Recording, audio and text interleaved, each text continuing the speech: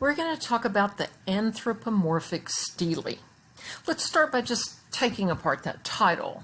I bet that a whole bunch of you know the words philanthropy and misanthrope and anthropology. And so knowing those words, you probably know that anthrop means human. Morph, on the other hand, means form. So anthropomorphic simply refers to something that is in the shape or the form of a human being. All right, then, well, what is a stele? Stele are around us, not all that uncommonly in our modern world. We just don't know that that is the official term for them.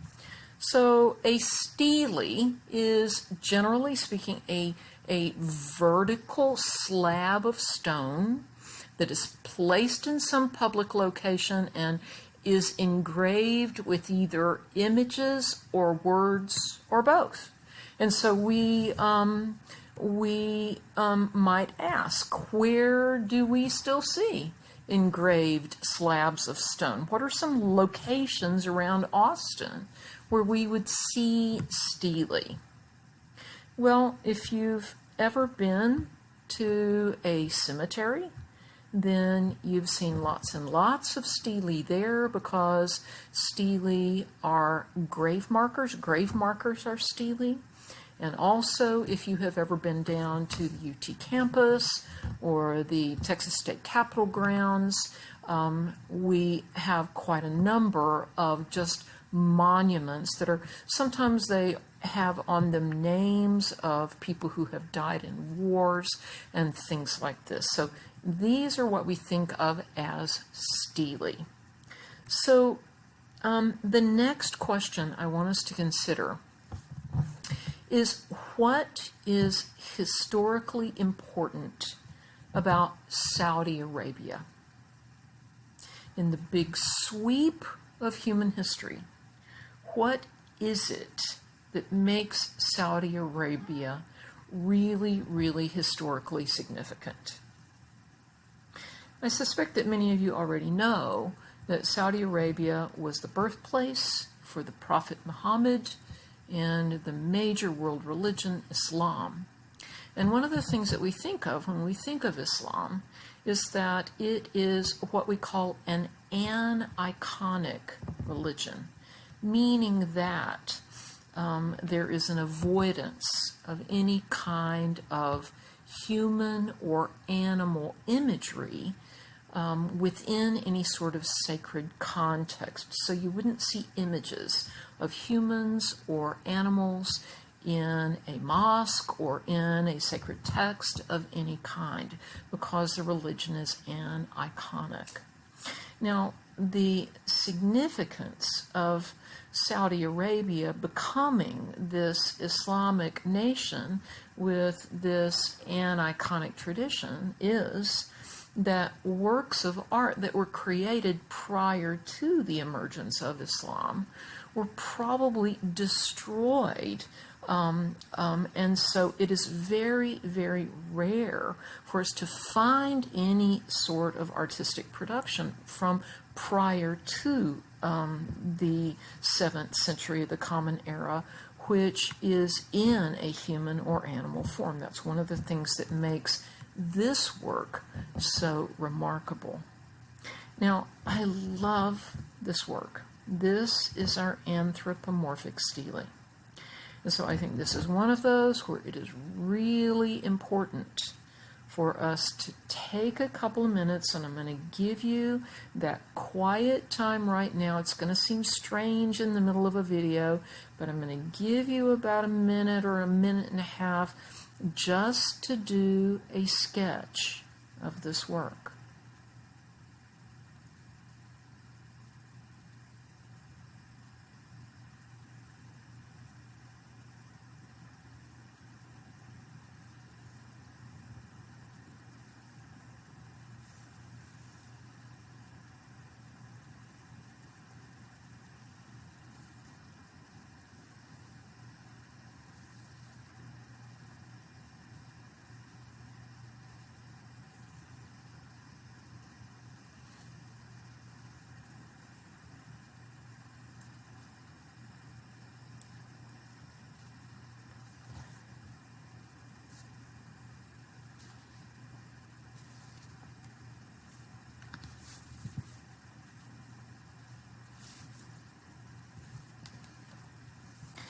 This is one of the earliest known works of art from the Arabian Peninsula.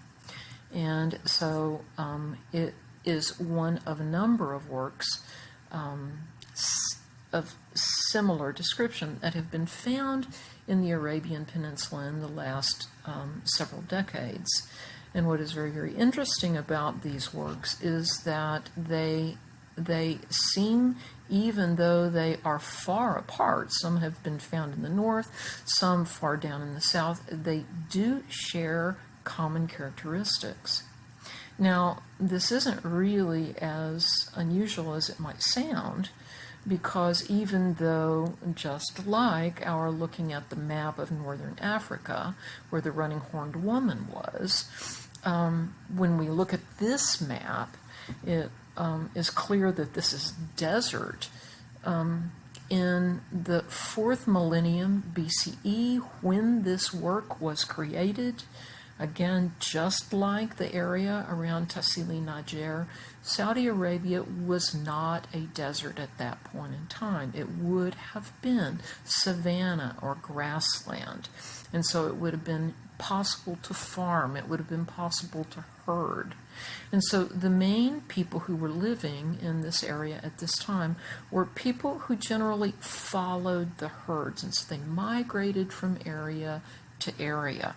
And part of these migratory patterns meant that trade emerged. And Saudi Arabia's location between Africa and Asia and Europe made it a crossroads for lots and lots of different trade routes. And so it shouldn't be terribly surprising to us that the visual characteristics of this work are similar to those that we see on in places much farther away on the peninsula. So let's take a really careful look at the way in which this figure is created. You can't tell by looking at this photograph, but it's about 36 inches tall, so about 3 feet. It is 8 inches wide, and when we look at it, we're looking at what is probably a male figure. There is no indication of any sort of female characteristics. And so if we were going to start at the top, this is one of those cases where I would love for you to take a few seconds, start at the top of the figure and work your way down, just as you did visually making your sketch. I want you to use the most precise language that you can in describing what you see. I'm going to be quiet for about 30 seconds so that you can do that.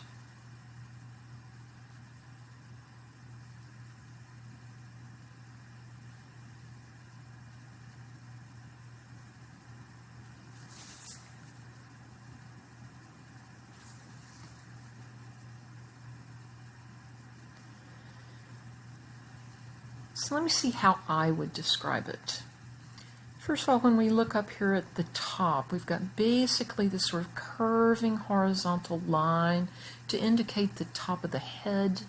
And then the face itself is very, very simple, with these 2 ovals representing eyes that are quite close together, ovals with raised centers.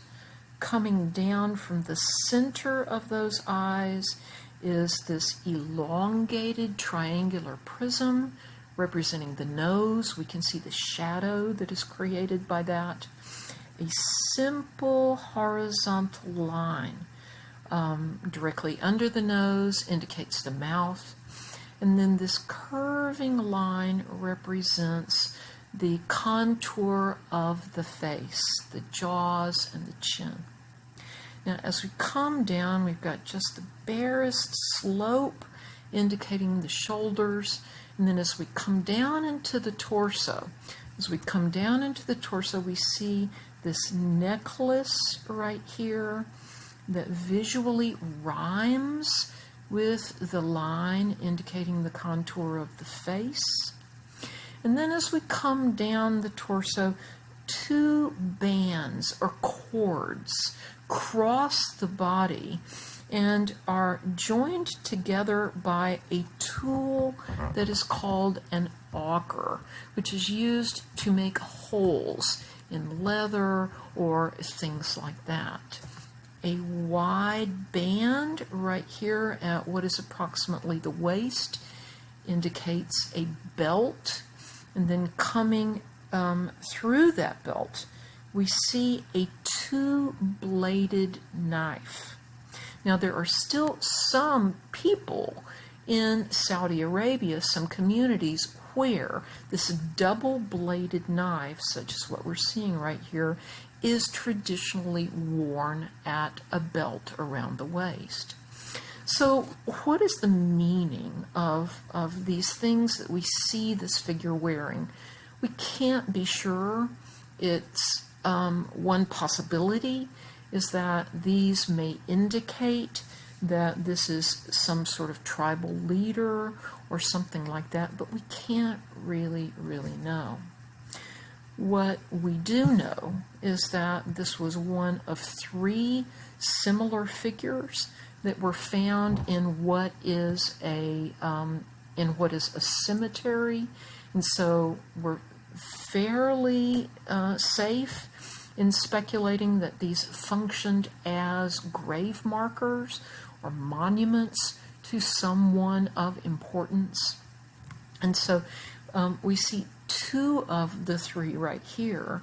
And so even though they are not exactly the same, I think it would be easy for us to talk about ways in which those are similar.